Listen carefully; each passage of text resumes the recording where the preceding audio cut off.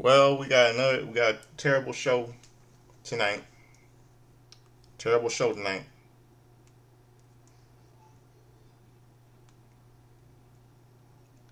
Name my top tonight is called Damage and Destruction in Denver, Colorado. Will Survivor Series to War Games be any good 1 week from tomorrow? So much I say. Before I do, I want to show a little bit of music. I want to show with the song Superstition, cover version by UB40 from the Vampire in Brooklyn soundtrack, movie soundtrack. So stick around. Right back. Let me get the music playing.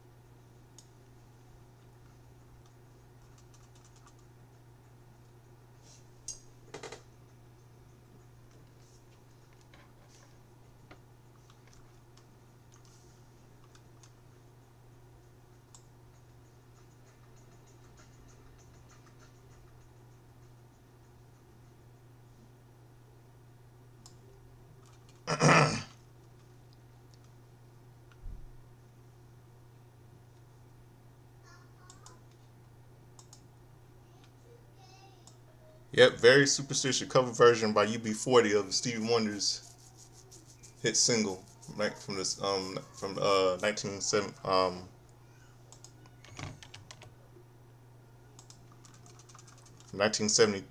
uh 1973. So okay, let's get down to business with tonight's terrible show.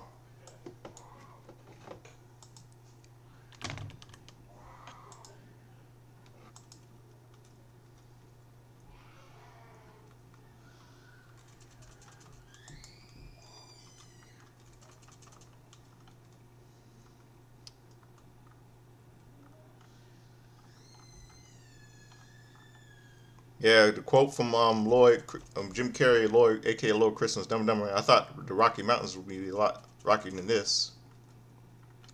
Okay, WWE. Now let me say WWE. Okay, let me say this.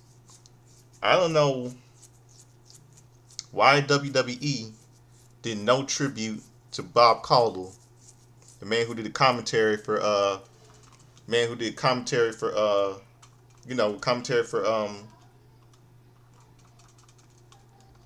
the guy who did the commentary for Mid Atlantic Championship Wrestling back in the 80s, 70s and 80s. Bob Caudle, no tribute. He died. Who died on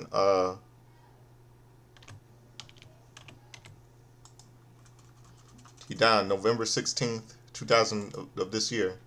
I know why WWE did no tribute to him, and they did no tribute to him on Monday, and they did no tribute to him tonight, and they should be ashamed of themselves.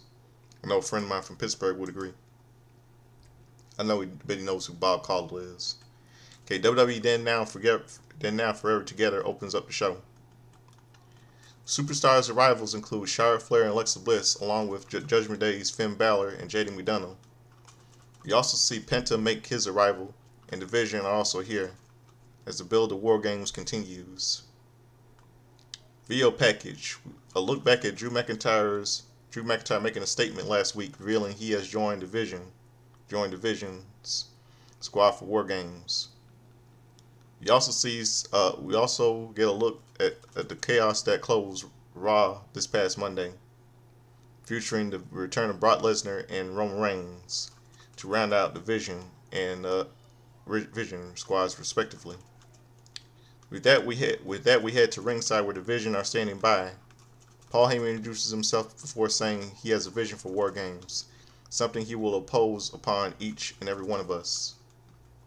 In WarGames, 5 of your heroes, 5 main event superstars will be locked in a double cage with likes of Braun Breaker, Bronson Reed, and Logan Paul. He hypes up each man before handing the microphone to Logan Paul. He tells the crowd to shut up because he has a lot to say. He has 5 things, and this is first. Ooh, so! Jimmy and Jay make their way out to a big pop from the crowd. Jay says no one wants to hear what Logan has to say, before running down Heyman, who says they just made a big mistake pissing off Logan Paul. As much as I like what they did to Seth Rollins' division, I really don't give a shit about Logan Paul. He talks about creating the bloodline so Usos can be taken care of. For talking about the room numbers game being important, the crowd chants O2C as Heyman counts that there are 4 of them in the ring and only two men of the Usos that didn't come here alone. Despite CM Punk chants, ringing out is Cody Rhodes, who is meant to come out. Except there is no sign of the undisputed World Wrestling Entertainment Champion when his music hits. We cut to the parking lot where we see Drew McIntyre stepping out of Cody's tour bus, and we step inside the bus where the champ is laid out and beaten. Wow. We cut to the back as the Usos make a run to their check on their friend, with officials coming out to assist as we cut to a commercial.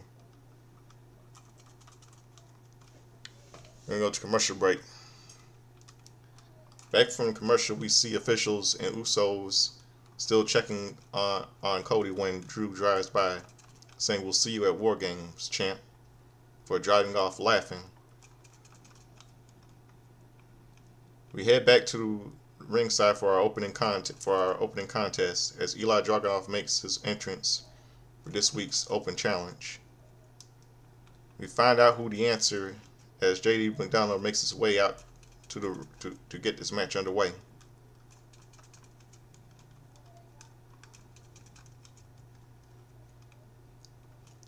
WWE United States Championship Open Challenge. Eli Dragunov defends against JD McDonough.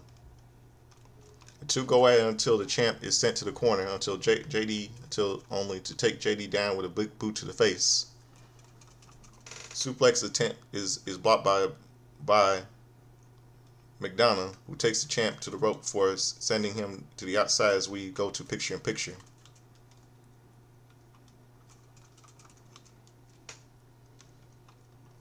JD continues the attack on the champ, bringing him back into the ring for a near fall. Dragunov starts to fight back with some strikes before McDonough sends him back to the mat, mocking the champ before going back to work, only for Dragunov to catch him with his side headlock followed by an enziguri.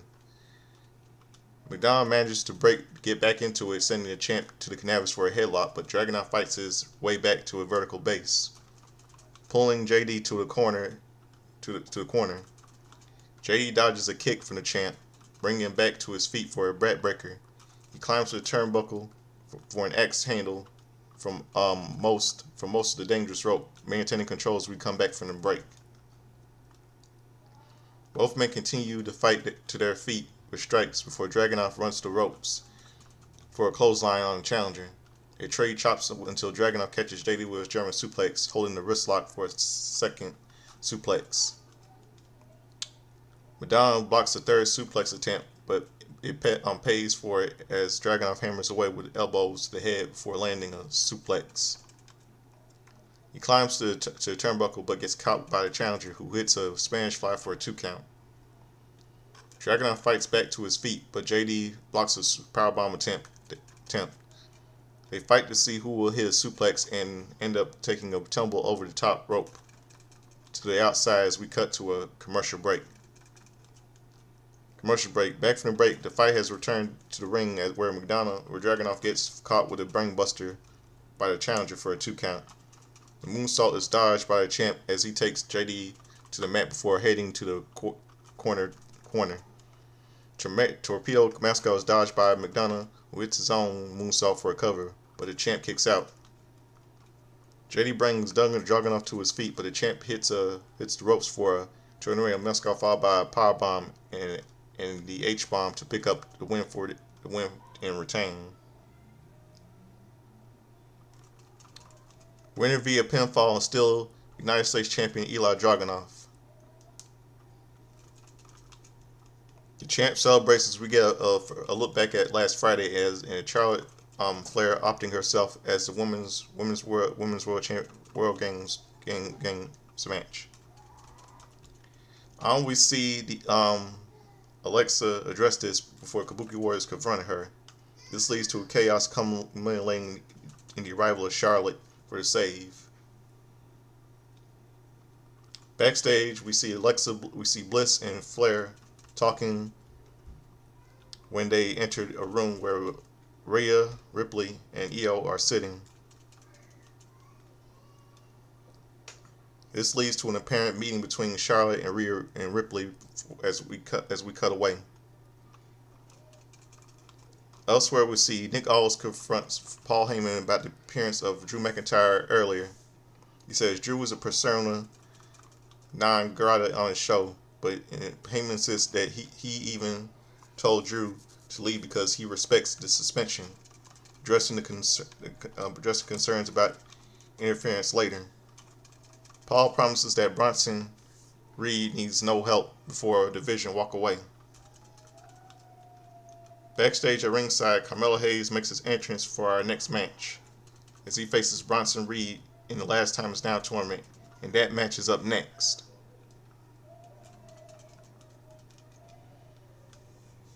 As we head backstage where Eli Dragunov is trying to get to the locker room after his match, as we see Tama Tonga and Tommaso Ciampa each confront him about going after the title. From there we head back to ringside as Bronson Reed makes his entrance alongside Paul Heyman. They head to the ring to get this match underway. The last time is now a tournament first round match, Bronson Reed versus Carmelo Hayes.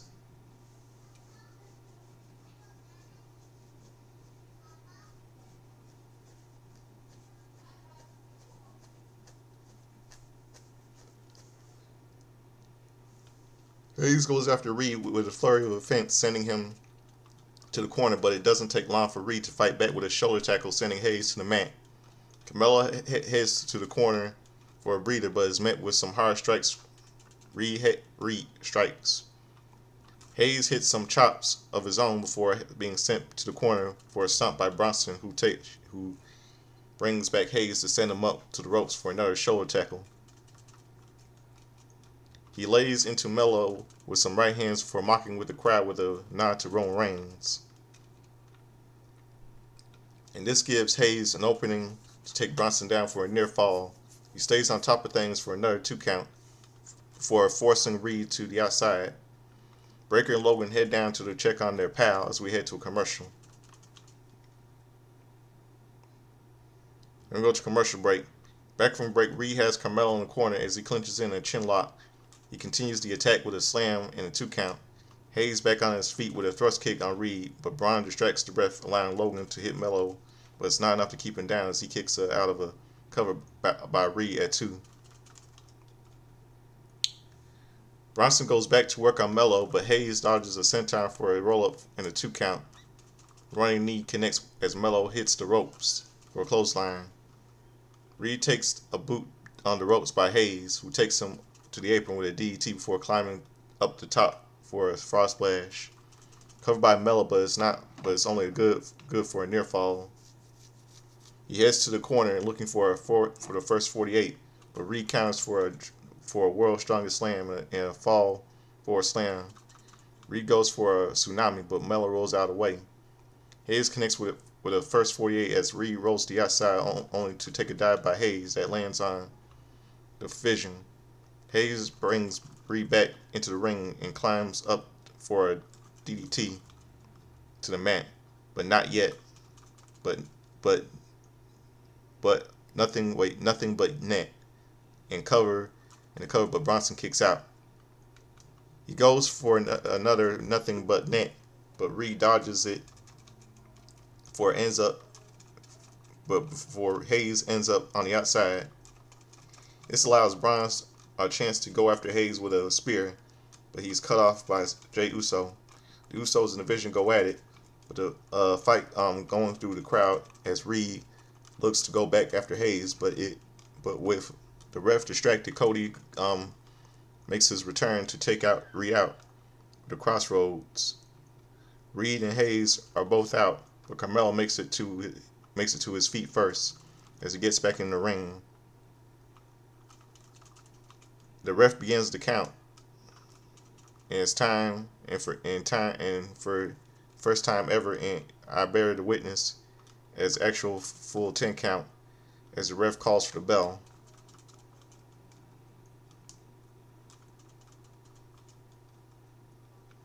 Via countout and advancing, Carmelo Hayes.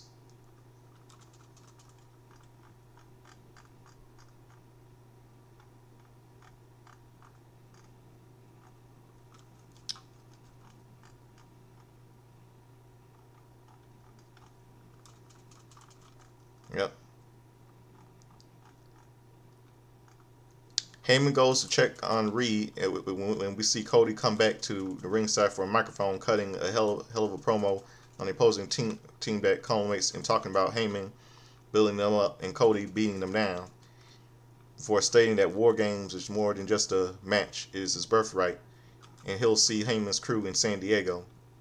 You cut backstage where Chelsea Green talks about rescheduling. Chelsea Green! Rescheduling a championship celebration. The vibes aren't vibing. And a confrontation with Julie doesn't help. Before Jay Cargill steps in to run her down, calling herself the greatest women's champion there is. With that, we cut away.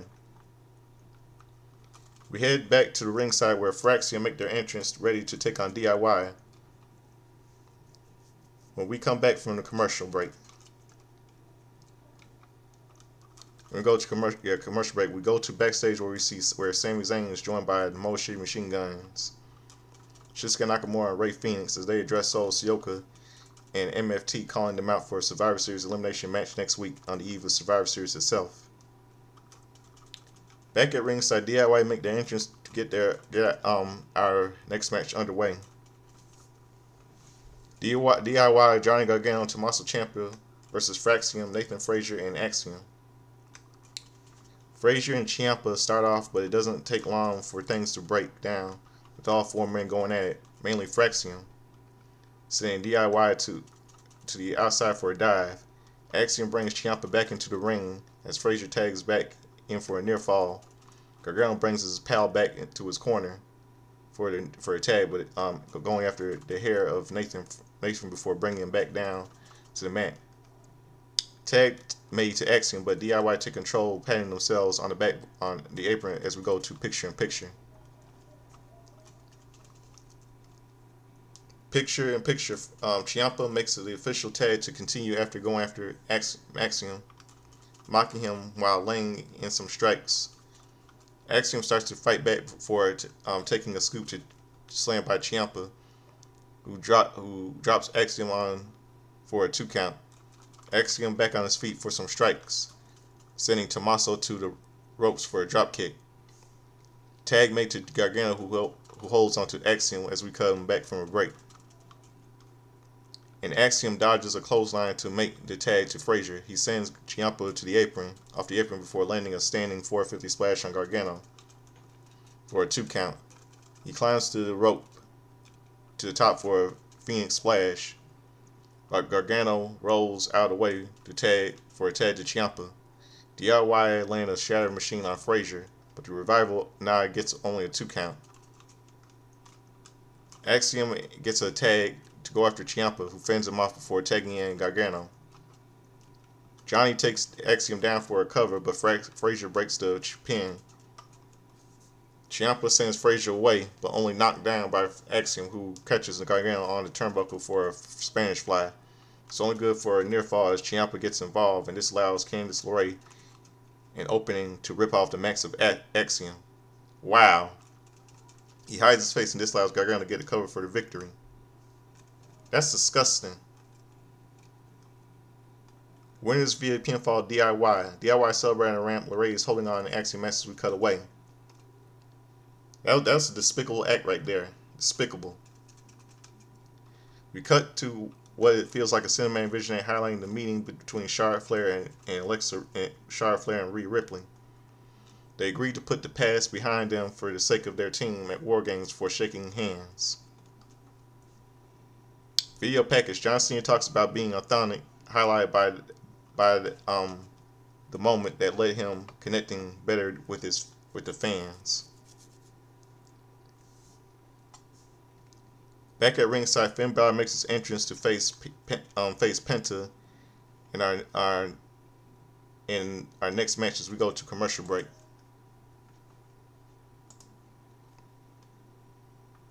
Commercial break. We head back to ringside as Penta makes his way out as he goes after Balor as we get this Last Time Is Now tournament match underway. Last Time Is Now tournament first round match, Penta versus Finn Balor. Penta takes control at the outset, but it doesn't take long for Balor to fight back. He gets the upper hand until Penta sends him to the outside, where he lands on a dive on Balor.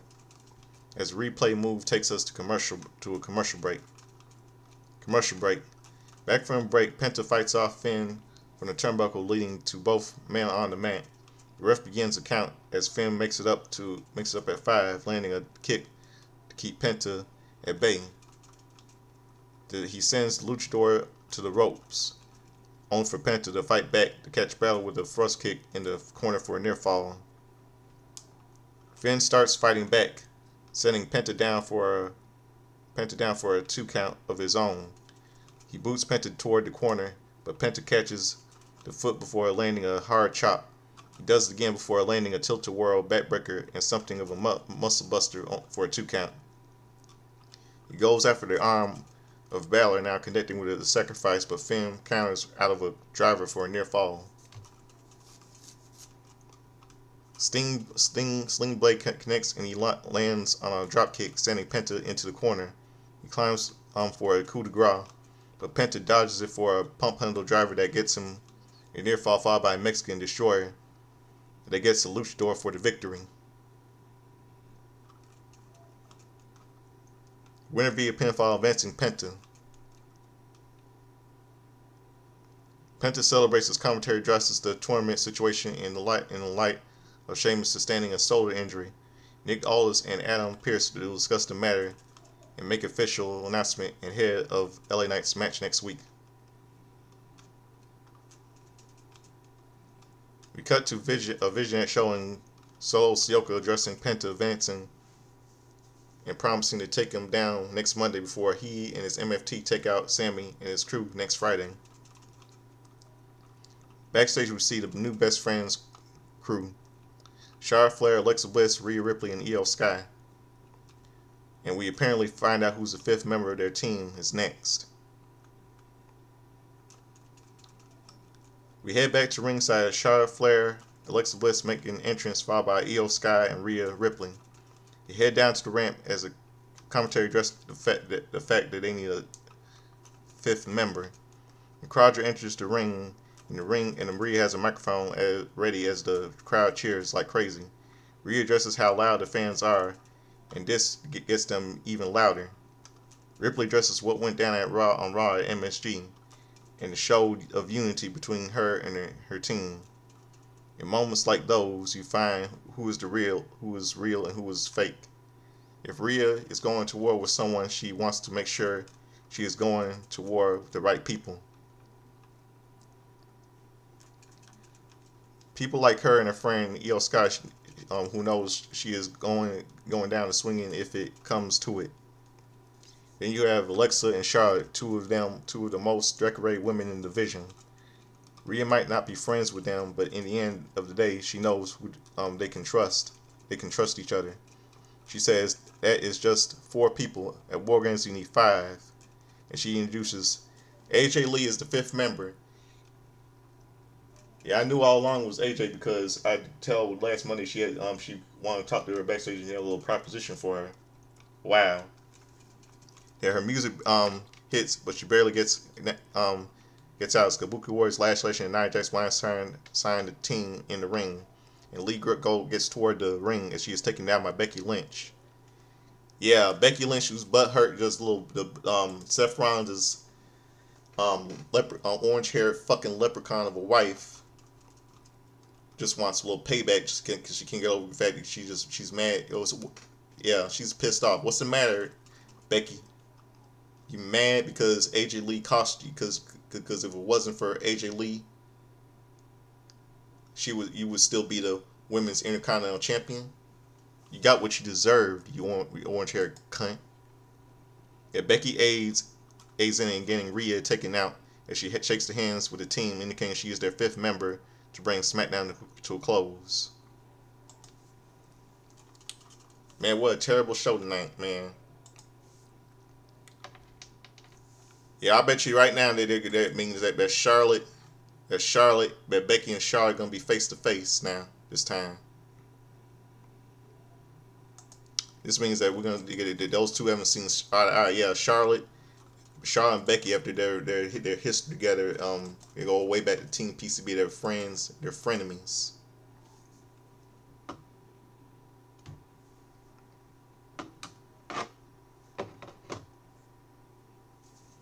Guess Charlotte was right about her, was she? Okay, I don't know. Let's see. It was a terrible show. I don't know how. If War, I don't know if WarGames is gonna be a good show or 1 week from tomorrow or not. Who knows? Who really knows, man? Well, we just have to wait and see what we'll see. Yeah, we'll just have to wait until we see.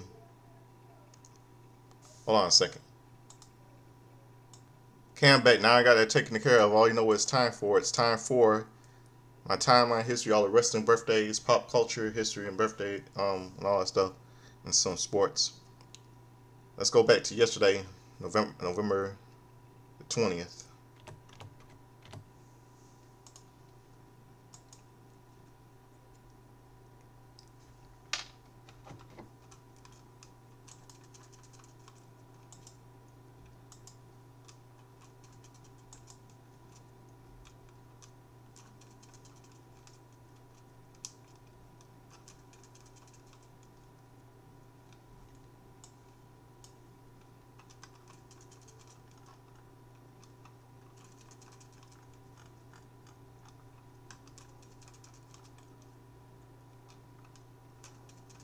Okay, yesterday was a happy, would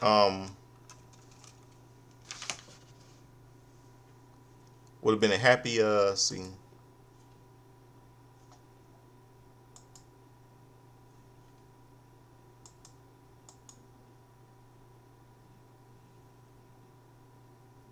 to Bob Einstein, better known to everyone, some of you know as Super Dave Osborne. He would have been 83 yesterday. Yeah, I loved him.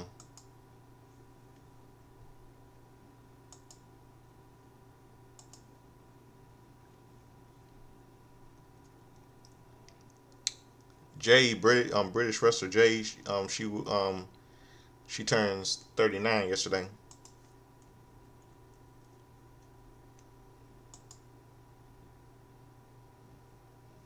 Dan Engler turns 48. Turned 48 yesterday. And a fellow, someone who was born in Indianapolis, Indiana, where I live, Alice Crowley. She turns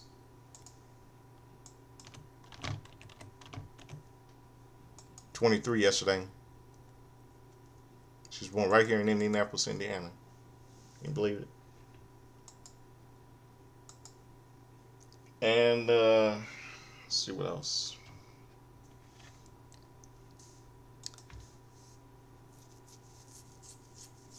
Pop culture. So November 20th, 1995, NBC aired the final conclusion of the miniseries Dead by Sunset, based on Anne Rule's best-selling novel, starring Ken Olin from 30-something, Ned O'Toole, and Lindsay Frost. And on WCW Prime,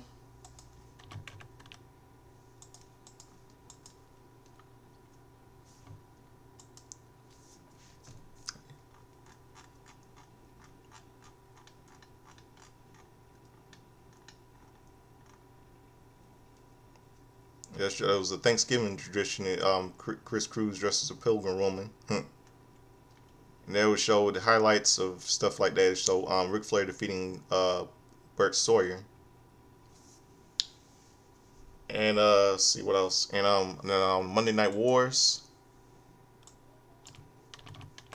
On the Monday Night Wars, night after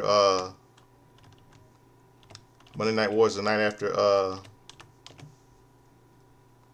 the Monday Night Wars, the night after Monday Night, yeah, the Monday Night Wars is the Monday Night Raw. This was November 20th, 1995. Monday Night Raw, night after Survivor 1995 Survivor Series. Diesel or Kevin Nash came out and ran on a rant about losing the losing the WWE title. And this is what he said. I know a friend of mine from Jetty remembers this one. I'm gonna show it to Avi. Oh, wait a minute! Here comes the cool diesel causing a stir.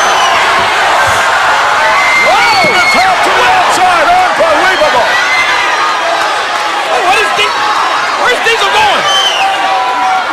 Big Daddy Cool coming over this way. And from the looks of things, he doesn't seem to be a happy camper. Wow! What's he doing?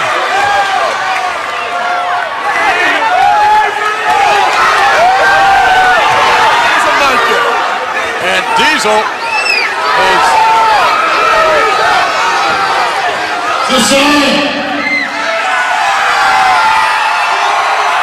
obviously with something to say. He left the arena at the Survivor Series. A lot of people are probably wondering where Big Daddy Cool's head's at right now. I'd like to know. You know, I thought about it, and I thought maybe I'd come out here and apologize for what I did to Brett and for what I did to all my dear fans. Who needs them? I don't think so. Oh. You know, last night when I went back to my hotel room, I wondered if I'd be able to get any sleep. For the first time in a year, I slept like a baby. When I woke up this morning and I looked in the mirror, you know what I saw? I saw a smile on my face. It's the first time I saw myself smile in a year.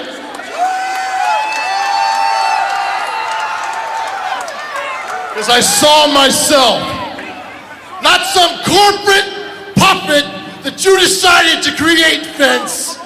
No. Oh. You missed the ball on this one, baby. You missed the ball. After I won the title, 24 hours later, I'm up in Titan Tower with the marketing suits, the merchandising suits. Hey, Diesel, we need you to smile a little bit. We need you to be a little bit more politically correct, a little bit more corporate.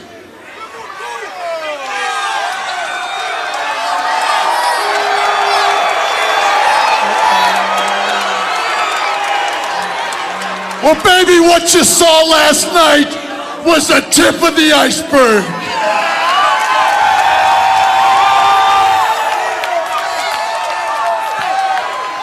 Big Daddy Cool's back.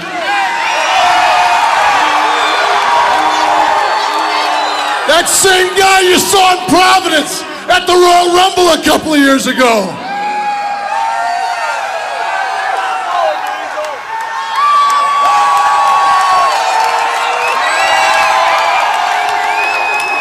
The only thing that matters to me right now is my family, my friends. That includes you, Shawn Michaels. And I'm not saying something. I'm not saying I'm not gonna smack hands, but it better have a black glove on it, baby, because I know you're with me.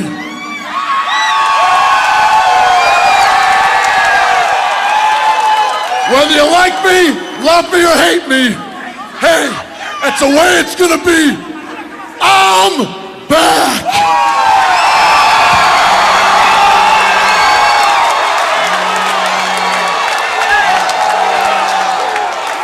Big Daddy Cool Diesel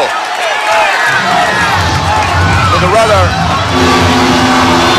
candid interruption, I think you would have to say. I sort of like it. All 7 feet on him, and unquestionably he has his fans. I see you're not telling what's going to happen on Raw. It's live. I see you're not wearing a black glove, McMahon.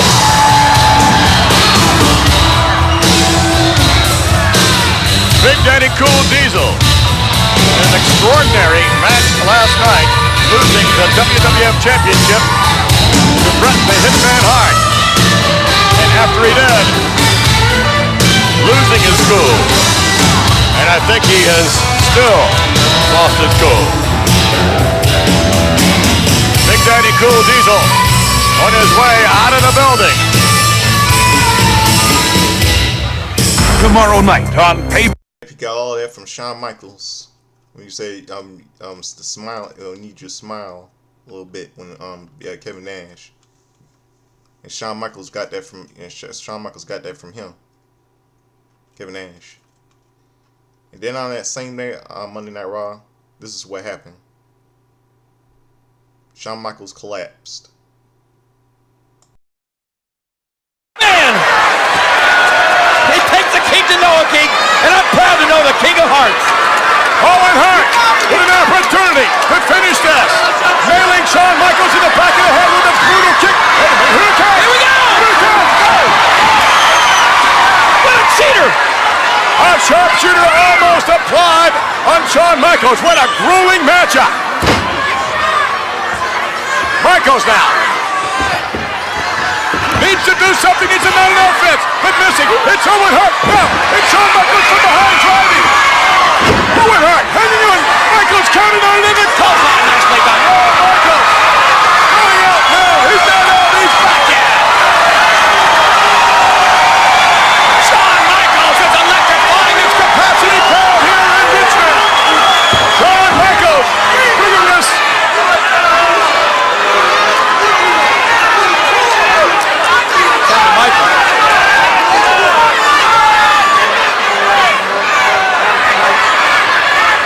Michaels is just Shawn Michaels.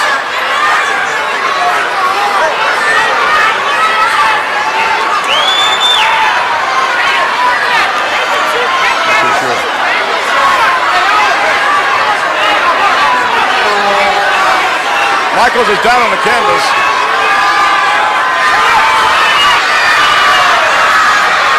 And the official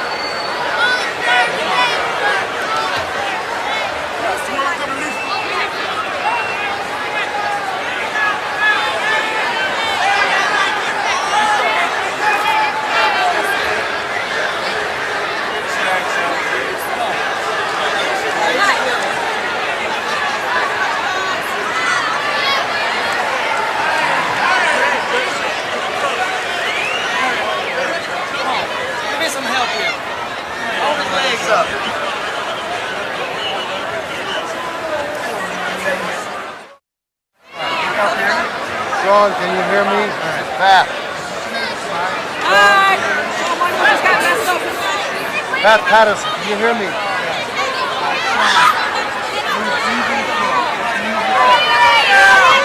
Take it easy, Sean.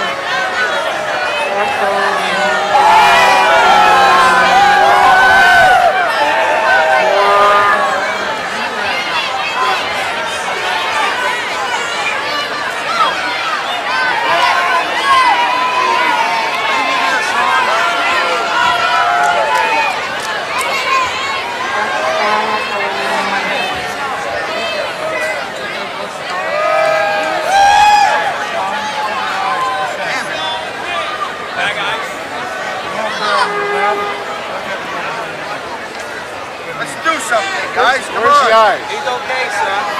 He's okay. Yeah, it's coming.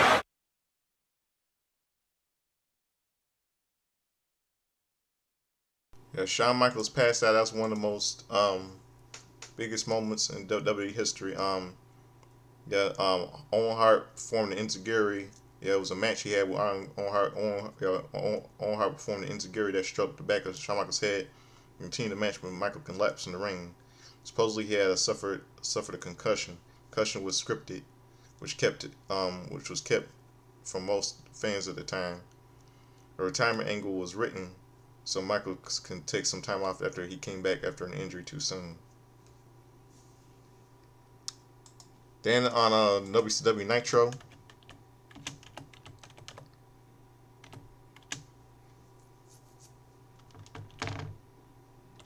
we saw Sting and Hulk Hogan face off for the first time in WCW history. WWE and WCW history. First time.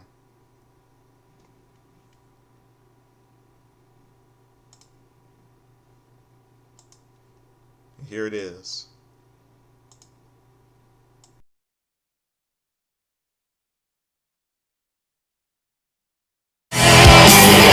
This is it!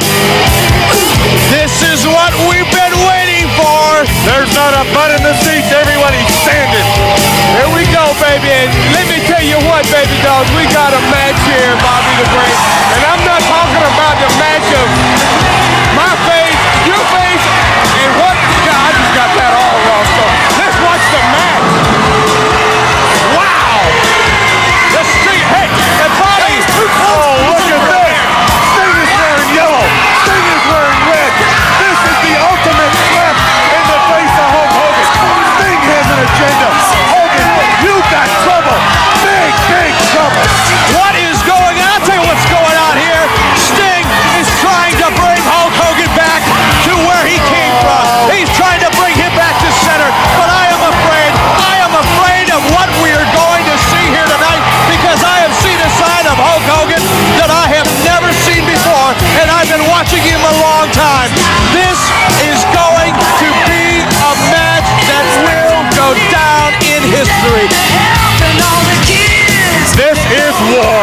This is going to be a war for sure. Here we go. What's going to happen now? Strap yourself into your chair. This capacity crowd on their feet. Where is he? He'll be out. He'll be out. No, wait a minute. That's Savage. That's Macho. And he's got his arm in a sling. That's the Macho Man, Randy Savage. We saw the injury earlier. More psychological warfare. I still can't believe that we're going to see Hulk Hogan and Sting hooking it up live Monday Nitro on TNT. Get on the phone right now. Call everybody you know. Have them tune it on, because you may never see this again. Oh, what a match. And I was trying to allude to earlier, I ain't talking about the match of your face and my rear end, Mr. Heaton. I'm talking about a match people have never seen before. And there's Hogan. Hogan coming in. He's fighting his way through the crowd.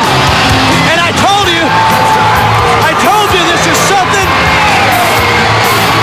He's got a mask on. It's like the Phantom of WCW. Sting doesn't even know it.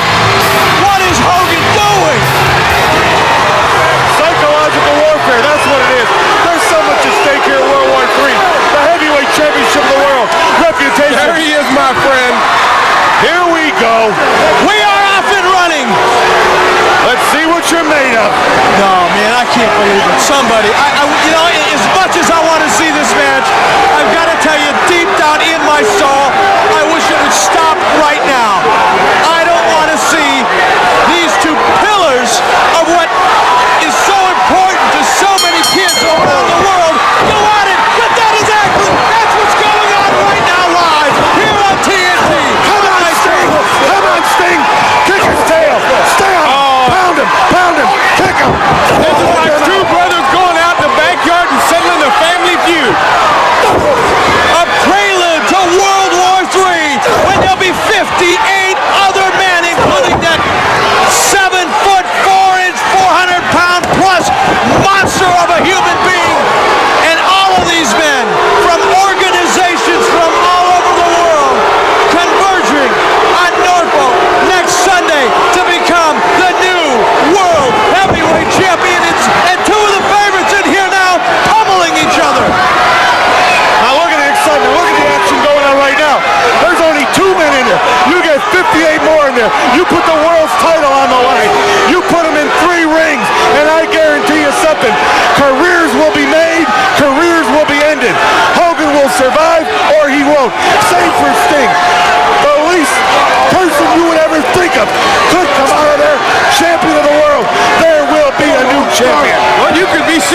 match right here, ladies and gentlemen. These could be the two last guys in the ring, and they would have to fight it out like this.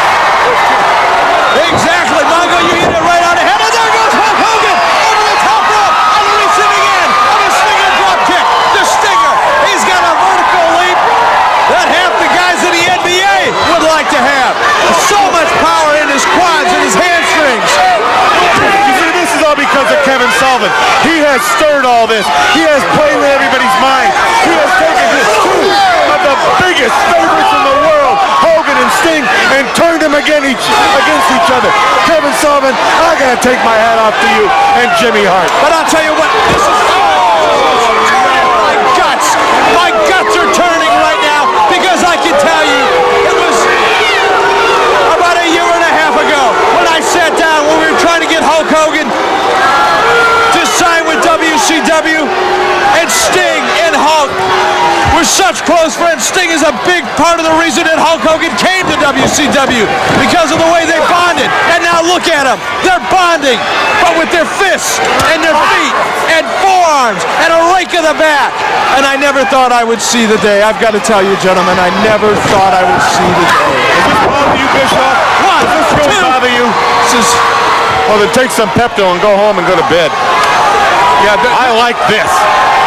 just as long as they don't get nasty. I've got an older brother, and we used to settle some differences like this, you know, and we still love each other. Yeah, but he's 9. This is Hulk Hogan. This is Sting. This is two men that know. Go behind by Hulk Hogan into a hammerlock. Reversed by Sting. You know, think about it, Bischoff. Drop toe hold takedown by the Hulkster. The two biggest stars in our sport we're seeing right now. Brothers against us. Lean on him, brother. Let's find out what he's all about. Did you hear it? Did you hear it? Is he with us or against us? As the Macho said, lean on him, brother. Find out what it's all about. I want to know what is going through the twisted, warped mind of the Macho Man, Randy Savage, a man who lives on the edge 99 and 9/10% of the time. Where's his head really at? Well, Savage hasn't been to bed since 1963. He's been pacing. He's been walking. All he's been thinking about is winning, making money, becoming champion, and doing the best he can for himself. And Hogan is in deep, deep trouble because everyone in that Battle Royal at World War III was going to be out there to do a number on Hogan. I know how these things happen. I've been in Battle Royals. He's going to be the one they pick on. And let me tell you, these guys better weed out who's friend and foe, because like I said earlier, that Dungeon of Doom is all going to be in there, and they're going to be together, baby. So these guys better have some backup other than nobody standing behind them. But you never know what the Dungeon of Doom. They could turn on each other at any given time and enjoy it. They're sick people. It doesn't really matter. This is for the championship of the world. 60 of the top stars in the world. World War III will be nothing like this. I've never seen anything like this before. Hulk Hogan into a side headlock. Hogan putting the pressure on. If you notice, he's got the bone of the inside of the forearm right across the earlobe, right across the jaw, working his way down, looking for that carotid artery. He's going to try to put the Stinger out. He is putting those pythons around the neck of the Stinger. He is not pulling any punches. He is trying to put the Stinger out with that side headlock. But can you imagine this? Less than 1 week away from World War III, they're engaged in a match like this. It's got to take a lot out of them. It's going to take them, I would say, 14 to 20 days to recoup from something like this. 1, 2, and they're still going to go out there and get in a 3-ring battle royal. They're not going to be ready. They're going to be wounded. 2. This one's going back and forth. Both men now on the receiving ends of 2 counts, and you've got to wonder, Lex Luger, he's nowhere to be seen. The Giant, nowhere to be seen. These two guys are wrestling up, along with wrestlers all over the world who are chomping at the bit, getting their visas, finding their passports, and making their plane reservations to make their way to World War III. Who is going to become the new World Heavyweight Champion at World War III? I know what Hogan's doing. He's trying to squeeze the poison right out of that scorpion. And you're right about that. There will be a new world champion. They're coming in rickshaws. They're coming in blimps, jets, buses, trains. This is is the big one. He's got the bear hug on him. Look at the power of Hulk Hogan as he wraps those massive arms around Sting. And I'll tell you what, a lot of people don't realize it. We don't talk about a reach advantage that often in wrestling. That Hulk Hogan has not only got those 24-inch pythons, he can reach halfway around the ring with them. And he did with Sting, and he just squeezed all the life out of the Stinger and then put it to the midsection on top of it. Come on, Sting. Start knocking him around. I'm for you. I've always been in your corner. Elbow to the top of the head. Hogan covers 1, 2, and a kick out by the Stinger. You know, even a cover's not going to settle this. There's something seriously wrong going on in Hogan's life. Oh! All right, stay with us. If you were over with the other guys, you've been watching commercials. This is where the action is. 2 count. And this is where the action is going to stay. Right here on Monday Nitro. TNT as we get ready. The countdown to World War begins right here. 2 of the biggest names in our sport today going head to head. And a 2 count again by Hogan. You know something, Bischoff? These are the 2 biggest names in our sport. I mean, the fans love these 2, right? Of course, the fans aren't that bright, but... And the 3rd biggest name standing outside of the ring with a bad arm, Lex Luger. Who knows where he is? Macho Man out there on the floor just watching. He's going to get involved. Who knows where the Giant is? Now the Stinger's coming back. I knew there was going to be some gas left in his tank. You know what he's doing right He's now? going to work on Hogan. He's getting ready for that Scorpion Deathlock. And the Stinger, we saw him lock it on to Ric Flair a couple weeks ago, and the only person that could get it off was Lex Luger. Happy trails to you. And he talked him out of it. And listen, Roll over that rope, Hogan. Roll over. listen to Hogan. Look, he's trying to power out of it. He gets Look out at of the it. power of that man. Nobody's ever broken that Scorpion Deathlock that I've ever seen. Unbelievable. And Hulk Hogan digs down like he has so many times before. Today, The pounding, the pummeling, that is nothing more than an inspiration to this man who has dominated the sport for so many years. What has got to be inside that man's soul to drive him like that? come on, Sting. Irish whip.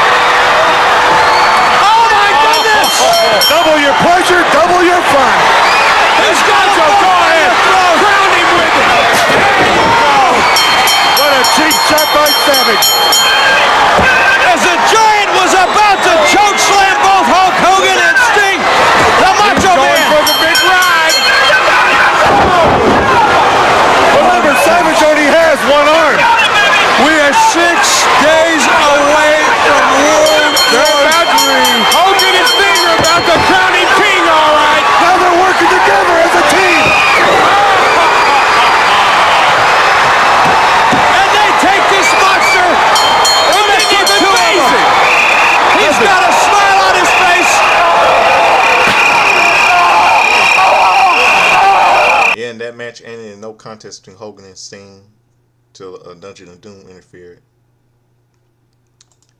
Then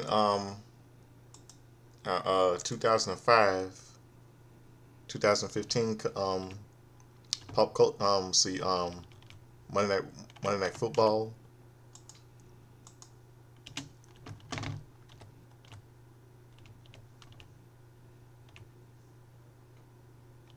In 1995, I mean, sorry.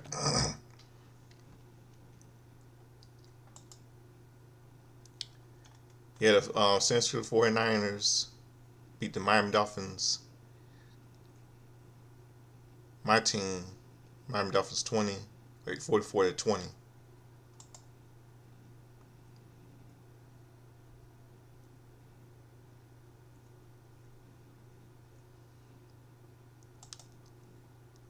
Yeah. Now, 2015, couple movies released in theaters.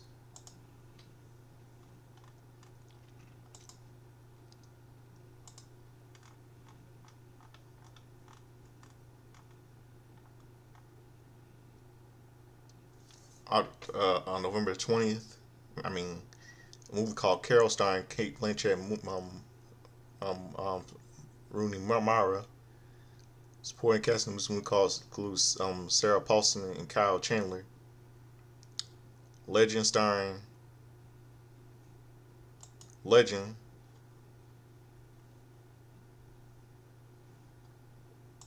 Yeah, Legend starring Tom Hardy, Emily Browning, Colin Morgan, David Phillips, and Chaz Palminteri.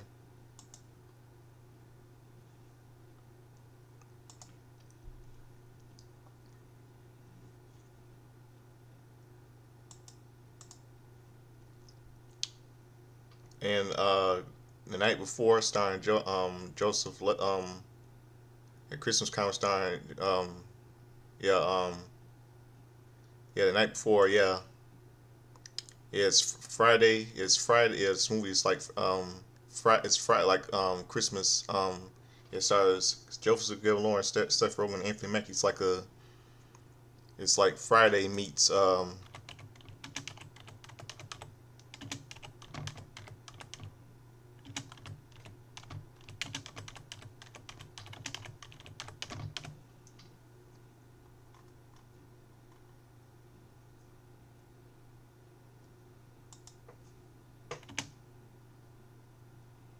yeah, I think it's Friday meets Christmas Vacation or something like that. This movie.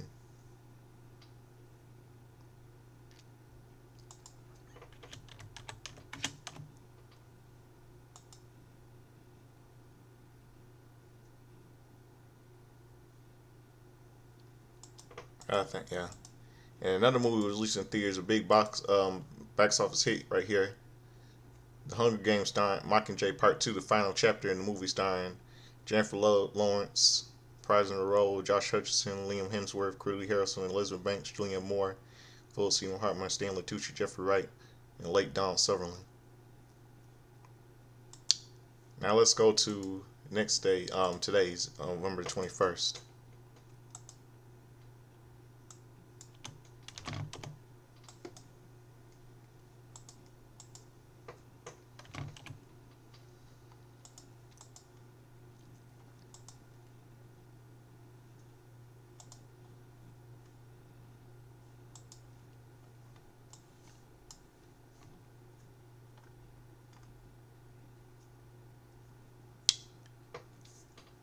That Trent, Nikki Bella's sister Bree,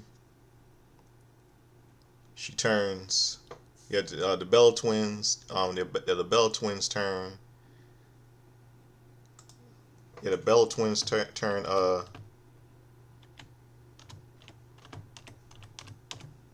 42 today. The Bella twins, Nikki and Bree and Nikki.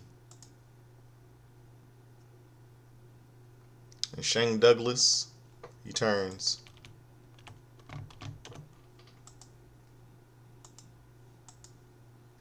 Shane Douglas turned 61 today.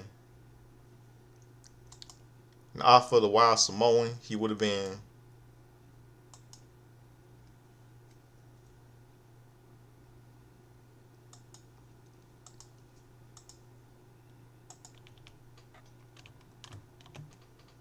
83 today. Of the Wild, yeah, off of the Wild Samoans. And Jerry Flynn, he turns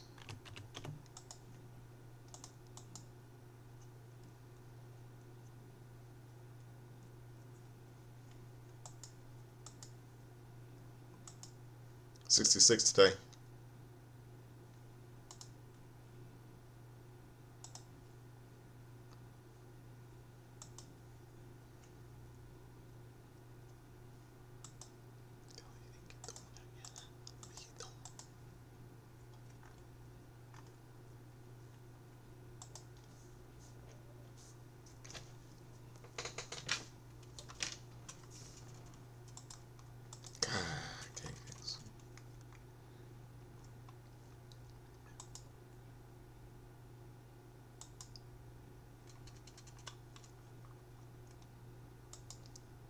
Hollywood. It's wrestling in Hollywood. She turns 45 today. She wrestles in what is it? IWA MS. The MS stands for Mississippi, I think.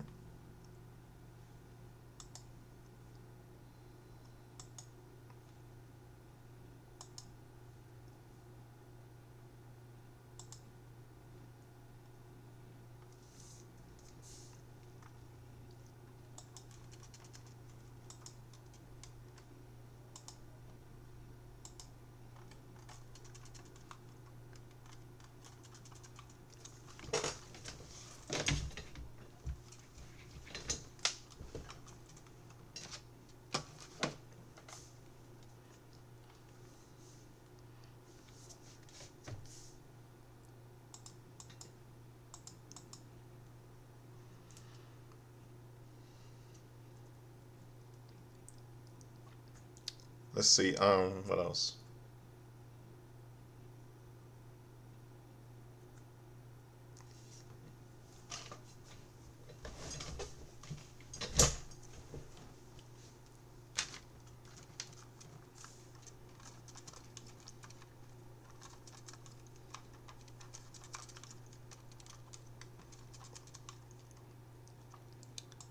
And on this day, 2005, Monday Night Raw, go home show before. Yeah. By the way, about World War III. The Nitro was the go home. The Nitro Monday Night Nitro from all of you just heard mentioned Monday Nitro November 29th. That was the go home show for World War III, WCW World War III. And this on this day on 2005 the go home show for Survivor 2005 Monday Night Raw.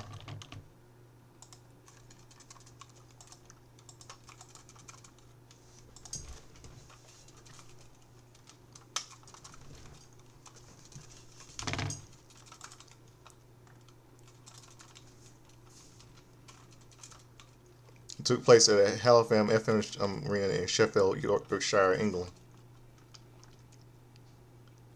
The tension between Raw and SmackDown hit an all-time as Raw rolled into Sheffield, England. Then we see a backstage segment where we see Trish Ric Flair defeating Trevor Moore. Then Triple H came out that's what he's going to do to Ric Flair at Survivor Series 2005. Rob Quinn versus Jerry ended no contest until JBL ruined it, I think. Kurt Angle defeated Shelton Benjamin Daivari as special guest referee. And Kurt Angle tells him how he's gonna beat John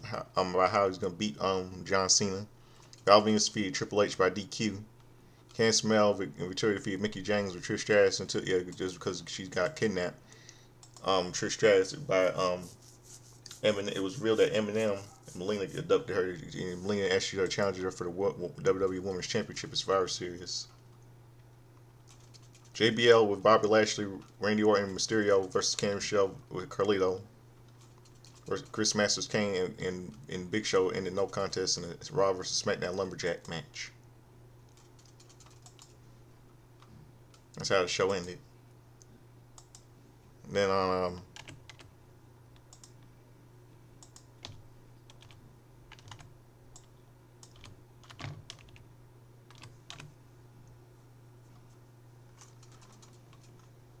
Monday Night Football on ABC. The Minnesota Vikings beat the Green Bay Packers 20-17. And that's just about it. About them, the Godfather, Soldiers, and Slumming. Those are my wrestling histories and birthdays. So I hope I have a good night. I'm gonna hit me some sleep. Hope it's late chat here. So I said dress up with Chubby Checker, sing like John Ritchie, dance like James Brown. I didn't get in a hot tub. Let me sweat. Gonna be me.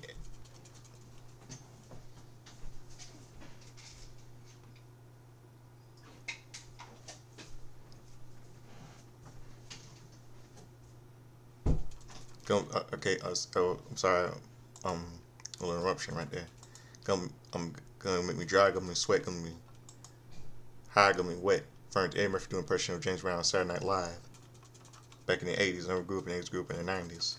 I saw reruns of old school Saturday Night Live when I was little on Comedy Central.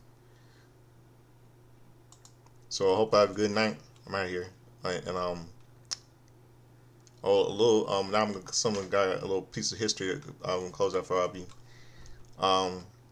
Tonight I'm gonna close out with something for RB tonight. I'm gonna close out with this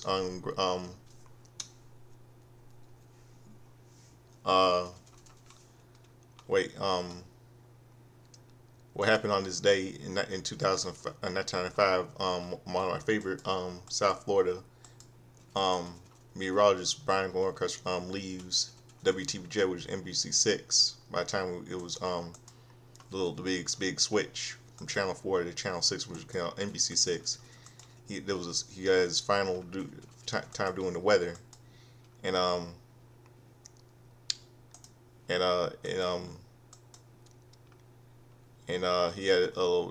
he said this is what he had to say, and this final time as a weatherman at NBC6.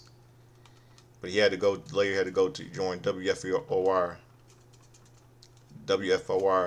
CBS 4 in 1996 by that time.